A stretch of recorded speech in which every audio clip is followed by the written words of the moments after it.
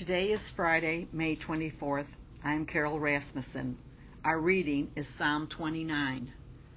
Acknowledge the Lord, you heavenly beings. Acknowledge the Lord's majesty and power. Acknowledge the majesty of the Lord's reputation. Worship the Lord in holy attire.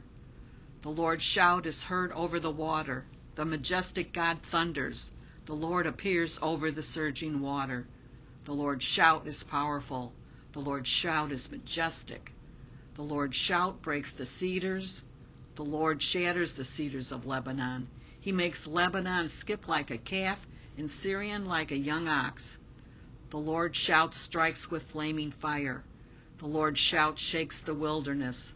The Lord shakes the wilderness of Kadesh. The Lord's shout bends the large trees and strips the leaves from the forest. Everyone in his temple says, majestic. The Lord sits enthroned over the engulfing waters.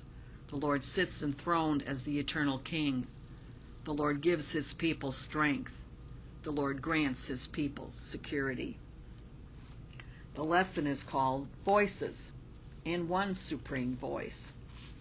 Whenever I hear a voice without seeing its source, at the airport, during a fire drill, when extra cashiers are summoned to a front of the store, even from my GPS, who I'm sure sighs when I make a wrong turn, verse 4 of today's psalm and others like it come to mind.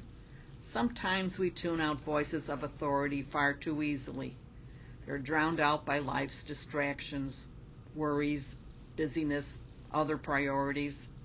Nonetheless, the information they convey is important.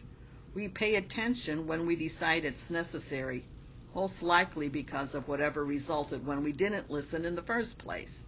We missed a turn, our flight number, our name in a waiting room. Worse, and most consequential, is that I sometimes ignore God's voice too. Then somehow, God's voice gets my attention. I realize I've been missing out on something important and necessary. Not just information, but guidance. Not just instructions, but strength. Not just words, but a blessing of peace. God, when I choose not to listen, make me aware and draw me back to your voice. Amen.